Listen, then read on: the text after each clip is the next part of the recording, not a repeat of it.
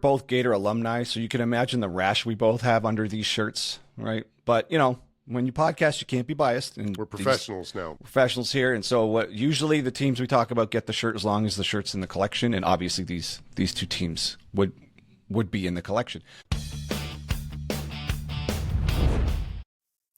Welcome to Saturday versus Sunday. I'm John Barbin. With me is Jeff Dover, and let's talk football. We're a couple of football fans. We watch college and NFL football, and this is our review of the Alabama-Georgia game. What are your initial thoughts? I didn't know it at the time, but I really needed Caden Proctor at wideout in my life. And that was the greatest. That was so much fun. I mean, I've never seen anything like that. And holy cow, how massive is he? When you actually see him taken away from the offensive line and just skill position players trying to tackle him. Yeah. Oh God, that just it looked like a cartoon character out there. Yeah. That was so, I loved that call. That was so much fun. That was a lot. It always cracks me up when people, when they put in fake punts and, trick plays and things like that. But when anything you can get it to like a lineman or a big guy, it's always like, all the players love it. They get fired up and doing it in practice. They're super excited if you can do it in the game. Like it's that was hilarious. Yeah. And so he actually does the whole like step back to catch it. Just the way a receiver he has skill position feet under him. Yeah. When you see him now, he's not moving as fast as them, but I can see why he's projected to be a top pick. Clearly, he's got physical attributes like I don't want to say exactly Trent Williams, but headed that direction. Yeah. No, I mean, I'm always fascinated by that. Happened in Florida. I remember that one time where they had a defensive lineman who was like 6'5", 310 pounds, and he could dunk a basketball and stuff. It's like these players are so athletic now and like what they can do size and speed wise. Like it's really impressive that he has the ball skills as a lineman to even make this play a possibility. Like imagine what he must have done in practice or something to like catch something down the sideline and like tiptoe in or something. Like he must have done something with the coaches would have been like, well, hey, wait a second, like maybe we could use that somehow, right? Like really says something about his athletic ability. Well, it had to have worked enough in practice to the point where the coaches trusted to put it in a game against Georgia. Yeah, that's crazy. Yeah. No, so the note I had here is that this is the Bama that people wanted when DeBoer went there. You know what I mean? Like the really good, like when Washington was really good, just like with, really good players, really spreading the ball around, like they're, executing on offense. The defense looked really good. Like this is more of what I don't know if the Florida State thing is going to be more of an anomaly as the season goes on. Like this team does not look like the same team that played FSU. And that happens. That happens in college. Like the teams can change over the course of the season. So if this is what Bama is going to be like moving forward, then they're going to be really good. All right. So I haven't talked to my Georgia insider yet. And so Santiago, that's you, if you're wondering. So I don't know what the sentiment is from still be hungover. Yeah. Well, he might not be able to talk about it just yet. Yeah. But so it's hard to criticize either of these teams. They're so good, and they've been good for so long. Now, Georgia's the known commodity, so to speak, with Kirby Smart, whereas Alabama, we're just beginning the Kalen DeBoer era. And so you can't just say, oh, Alabama typically is this, or Alabama is typically that, because Saban's not here. This is a new Alabama under DeBoer. Whereas with Kirby, this has been Georgia for a while now. They are... you could say he took the mantle as the top team in the country. I'd still put him ahead of Ohio State, just with more recent success than Ohio State over the last number of years here. And especially Saban being gone. But I think he took over even when Saban was still around. But the one team they can't beat is this team. And now DeBoer's 2-0, right? Over Kirby. And I don't think there's a psychological thing there or anything. These are just two really, really good teams. And to your point, DeBoer's really, really good. And he wins everywhere he goes. And now he has top 3 recruiting classes to work with. Yeah. No, and I think that the difference here, so we did a review of the Penn State-Oregon game. If you haven't listened to that, go back and listen to that one. Oregon looked like the better team on the field, offense and defense. This game did not have that feeling. both teams were really good. It was a heavyweight battle. Both teams could have won. And even though Georgia didn't pass for that much, like Gunnar Stockton was 13 for 20 for 130 yards, he still, it still didn't feel like it was deficient. Like it didn't feel like, whereas Penn State, it really felt like their passing game was lacking. It did not feel like that in this one. Like they were in a position to win it. Like, if they got the touchdown in the third quarter, they could have won it. It's just that both defenses stepped up, like, in the fourth quarter. There's no scoring in the fourth quarter. So, but both teams are really good. All right. And so that's the key point I wanted to bring up. Oh, by the way, we're both Gator alumni, so you can imagine the rash we both have under these shirts, right? But, when you podcast, you can't be biased. And we're professionals now. Professionals here. And so usually the teams we talk about get the shirt as long as the shirt's in the collection. And obviously these two teams would be in the collection. Okay. So my major note here, and I can't say Kirby got out-coached, but I'm going to say he had a couple of questionable calls. And the major one was 13-20 in the fourth quarter. They're only down by a field goal here. It's, what do we got? 4th and 1 from the 12, and they try to do the quick snap thing and catch Bama not ready. Yeah. And they run that sort of misdirection running play to Cash Jones. Yeah. So they don't use any of their stud running backs. Chauncey Bowens, like bowling ball, Dylan Bell, any Frazier, I don't care. Picks, keep it in Stockton's hand. Now, hang on before I throw it over to you. Sure. My guess is the point of this entire play is no one's expecting Jones to get it that other way. Yep. And if it wasn't for Overton with a stellar play, and Jones still almost got around. Yep. But there's still another Bama defender back there, and it would just be one-on-one open field. And now I know it's just a yard, but so Overton makes a stud play. So you're expecting Jones to beat him plus another guy. Maybe obviously you don't expect him to have to beat Overton, but the way that play unfolded, my guess is it's still designed for him to beat the one guy, the other Bama defender. And it's not your best player who has the ball in his hands, yet maybe that's the whole point. You go quick, catch him off guard. There's no way it's going to Jones, and maybe they just think it's a walk-in. So I don't want to say, like, I know how to coach offense. It's just afterwards, it's easy for people to look at that thinking, what are you doing? And I don't care who you could have given the ball to. Take the goddamn 3 points and tie the game. I can't stand this leaving points. I do not, in a game like this. Yeah. You would rather, why not tie the game at the beginning of the fourth and have the team be like, all right, we're back to 0-0. That's where we are. Sorry, I tipped my coffee over. We're back to 0-0. Yeah. Why leave? Why not take the points? I don't, that part I'll never understand. Yeah. Yeah. So to go back to the first thing, so with the Jones, so I think that in practice, when you know it's the quick count, everyone's expecting someone else to get it, and you're going to go to Jones. We're going to catch him off guard, especially in the quick count. They're going to, immediately be looking at the other players there. And I bet that would work. I bet that works like 9 times out of 10, except the time where you sort of mess up the quick count a little bit, right? And it's not executed perfectly, and then it looks terrible. So, like, I think that play worked really well at practice. I think if they executed it, it would have worked in this case. And I think that you would always, if you think you've got a play that would work, you would always take the touchdown over the field goal every time. Hindsight's always 20/20. Like, should they have gone for the field goal? Yeah, but if they executed that play and they got that first down, if they scored the touchdown, then they would have been ahead. So that's why you do it in that case. But it's 13-20 in the fourth. There's the whole fourth quarter to go. Yeah.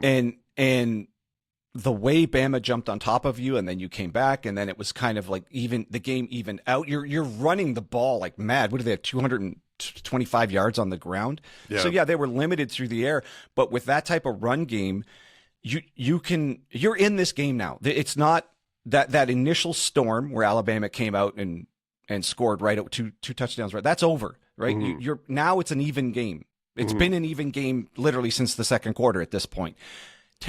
I don't get it. I understand your point. Well, you're ahead, but I understand that later in the fourth quarter, not right at the beginning of the fourth quarter. Yeah. It's not like you give the ball back to Alabama and you just can't stop them.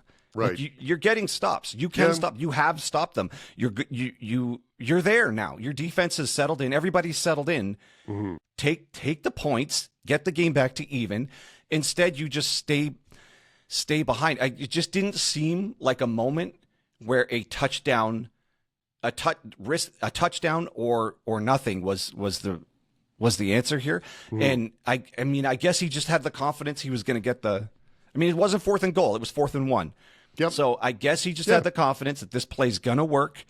And hindsight's 20/20, and we can sit here talking about it. Santiago, I want to know what Georgia fans think. To me though, if you watch the show, I hate this. When you can tie the game, just tie the goddamn game and move on. And again, it's not like they were just marching down the field and it was one of these games where, it's inevitable. As soon as you hand the ball back, they're going to score. That's not what was going on here. No, for and sure. 13 minutes is tons of time to just get to even, and let's keep playing. Yeah. The one thing I will agree with you on is that, and we've talked about this on other shows too, like football is a player game, right? When you need to draw up a play at the end, you need to have it, you put it in your best player's hands. Okay. So that is, and I remember there was a coach, I think it was a high school coach, but when they were talking, he was letting like a really young person call like the last play of the game.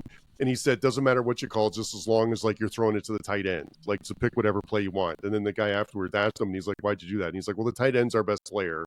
So it doesn't really matter what the play is. Like, as long as we're trying to get, if we lose, trying to get it to our best player, that's all that matters. Right. So that part I will agree with you, like in crunch time, in the way Bowens and Bell and Fraser all were playing, all look good, it's unusual to go to Jones, but again, I'm going to chalk it up to like that looked amazing in practice with the quick count. They're not expecting it. You just need the 1 yard. You're going to get 1st and goal after that. So I understand. The other thing I wanted to say about this was this game was also really defined by drops because Williams could have had a touchdown and just dropped it. And then and a Georgia player, I can't remember, was 11 or 16. I can't remember who it was. He paid the favor right back with a brutal drop. And it was really like, that was the only negative thing I would have said in this game. Like, because it looked like two heavyweights, two really good teams. Like either team could have won. Bama came out ahead. I think it's because they converted more, and they were 13 for 19 on 3rd down, which is ridiculous. I think they went 7 for 7 at the beginning of the game on 3rd down. Like that's a Georgia. If you're a Georgia fan looking at you, they're like that's not Georgia defense. Georgia defense would not give up that many 3rd downs. So, but the drops, like for these good of teams, you shouldn't see drops like that with those players.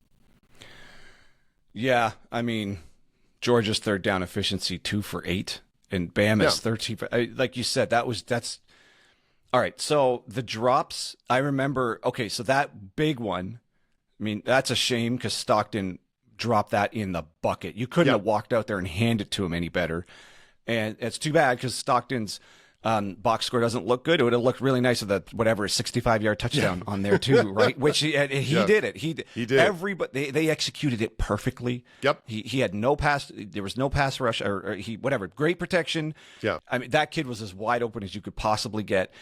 And then I think shortly thereafter there was another bad drop, and I remember like watching, going, "Oh no, Georgia has the dropsies again." Yeah. And I don't know if Georgia fans, if this is a thing it's been going on this season. I haven't paid too much attention to. Now, the Tennessee game was great, but oh my God, when you really needed it, Jesus, here we go with the drops again. Now, but to your point, Alabama had paid the favor back with an awful drop on their side too. So a major touchdown was taken off the board just by dropping the ball on both sides. So that kind of evened out. It's just startling to me that it happened with these teams. I guess, being Gator alumni, we're used to seeing these teams look really, really good and kicking Florida's ass up and down the field. And I don't have much memory of an Alabama player or a Georgia player dropping the key pass that could put the Gators away. These teams just do it. They convert. And of all players on Alabama, Williams, I mean, he's their superstar, and he's kind of just looking a little, shaky this year compared to how unbelievable he looked last year. And in the Georgia game, this was his breakout game. Yep. And then this game, he's sort of, 5 for 43. Okay. But we know his potential's higher. And I'm sure Georgia fans are like, thank God this kid's not killing us this game. Yeah. No, and I'm always fascinated with wide receivers, how like they can make an unbelievable circus catch, 50-50 ball, go take it from the guy, and then drop one of these. Like it's really fascinating how, that can still happen. Oh, and the other note that I had here is that this isn't your older brother's Bama team. Like early on in the game, there's like 5 wide, no running back, like which you never would see before. It really looks more like a DeBoer team now, like spreading it out, a lot of different formations, still running the ball effectively, getting the ball out to all the playmakers on wide receivers. Like it looked like this is the best I've seen Bama look under him since he's been coaching there. Yeah, and I think that's because of Ty Simpson. He goes 24 for 38, 276, and a TD. And he had a rushing TD too. So he's arrived, Ty Simpson, and this is in the theme of younger quarterbacks like showing up big time. Mm-hmm. So when we did the Oregon Penn State game, Dante Moore just looked better than Drew Aller, and Trinidad Chambliss for Ole Miss looked way better than Nussmeier. And here we got 2 young QBs, and Stockton didn't do anything wrong. He just didn't do a lot, didn't have to. His one big touchdown pass they dropped. And I mean, now I think it wasn't a good fit for DeBoer's system with Milroe last year. Mm-hmm. This guy, Simpson, has got the tools to run the system like this guy's going to be an NFL QB if he keeps developing and looking like this already under DeBoer. And then Georgia looks like, I'm sure Georgia fans are ecstatic about a 227-yard rushing game. Take that every day of the week. Yeah, well, and it's just last thing about Simpson, he's completing on the season, is completing 69% of his passes. He's thrown for over 1,100 yards, 11 TDs, no interceptions. So I mean, he's doing great. Yeah. So everything, both of these teams. Okay, so let's finish this off here. Both of these teams look really good. They're both going to be there at the end of the season. Georgia, to me, is starting to look like how Georgia's supposed to look with a heavy run game. Both defenses look good. And the little thing that I have to adjust my perception of is Alabama's starting to look like DeBoer's Alabama versus whatever Saban's Alabama was. And Ty Simpson looks like he's the QB for DeBoer. Yeah. And some really big games for both teams coming up still, like Georgia's going to have Kentucky and Auburn. Ole Miss, their host Ole Miss will be really big. They host Texas. The Georgia Tech game all of a sudden also looks like that's a pretty solid game too this year. And then in Bama has LSU and Oklahoma still. Tennessee coming up, at Missouri will be at that one. So, some really Bama's got a bit of a tougher schedule than Georgia coming up. Yeah, we'll get to see Bama up close and personal in Missouri in a couple weeks. Okay, so I guess last thing. Would you actually pick anyone in the SEC over either of these teams right now? Ooh, probably not. I mean, I don't. No, I wouldn't take. I'd take both of these over Texas for sure. Yes, yeah, I'm with you on that one. Maybe LSU. Maybe not No, Ole Miss. Ole Miss, maybe, but it's. And we'll find out how. Yeah, both Bama and Georgia, I'd probably put them in the first tier. The SEC is like Ole Miss, Missouri might be in the second tier, but it's close. I was just about to say, the only 2 teams I think that, if Missouri is for real, those are the only 2 teams I think that can really push these 2. But yeah. I think these 2 that's tier 1. Mm-hmm. And Missouri, Ole Miss is maybe right here. And then I don't know about everyone else. Texas, they've looked way too shaky to deserve any. They're going to have to prove it against one of these teams, I guess what I'm trying to say. Yep. All right. So the arrow's looking up for both teams. I mean, still? Yep. Yeah. Oh, yeah. Just a really good game. Just a really well. The only thing taken away from this was a couple of drops. But other than that, this was a really good game. I wouldn't be surprised if this is the SEC championship just between these 2. Yeah. Yep. All right. Well, I mean, that's all we got for this one. We appreciate you being here. We know our channel is a little small, so we appreciate you. We just started it last year. We appreciate you checking out the video. And if you do like what we got and you want to support us, a like helps and a subscribe really helps. And if you want to share it with somebody you think might like it, that also helps. So for Jeff Dover, I'm John Barbin, and that's your Saturday versus Sunday podcast. All right.